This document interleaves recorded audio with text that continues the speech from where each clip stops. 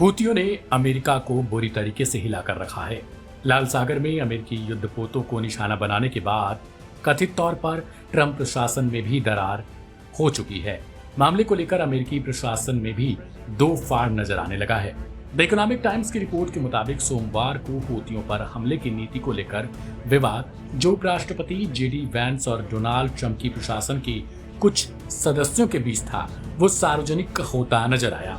यह विवाद तब पब्लिक में आया जब द अटलांटिक ने रिपोर्ट किया कि अमेरिकी वाइस प्रेसिडेंट ने यमन के हूती विद्रोहियों पर हाल ही के अमेरिकी हवाई हमलों के समय को गलत बताया था। यह असहमतिपूर्ण स्थिति तब सामने आई जब पत्रिका के संपादक इन चीफ जेफरी गोल्डबर्ग गलती से एक एनक्रिप्टेड सिग्नल ग्रुप चैट में जोड़ दिए गए, जिसमें वरिष्ठ अधिकारी उस ऑपरेशन की योजना बना रहे थे।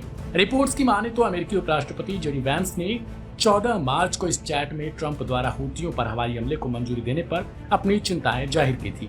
वैंस का कहना था कि यह कदम प्रशासन के यूरोप के प्रति अलगाववादी रुख से मेल नहीं खाता और इससे तेल की कीमतों में बढ़ोतरी का जोखिम हो सकता है।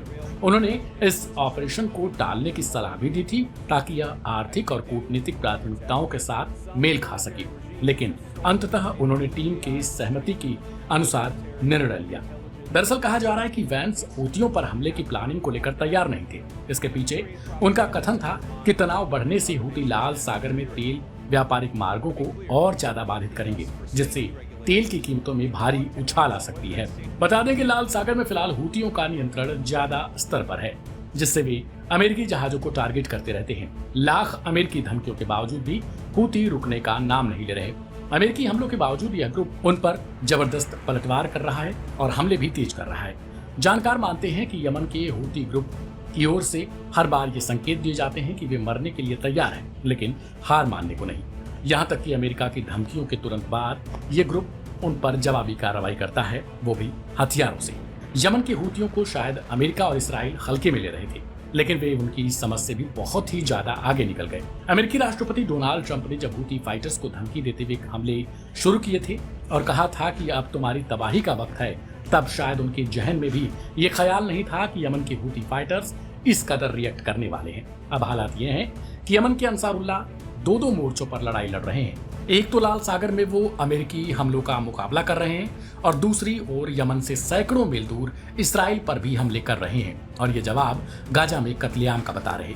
इतना ही नहीं, यमन के हूती ग्रुप ने एक बयान जारी कर बताया कि उन्होंने इसराइल में बेन गुरियन हवाई अड्डे और लाल सागर में अमेरिका के aircraft carrier USS Harry S Trueman समेत कई अमेरिकी नौसैनिक जहाजों के खिलाफ मुहिम छेड़ी है।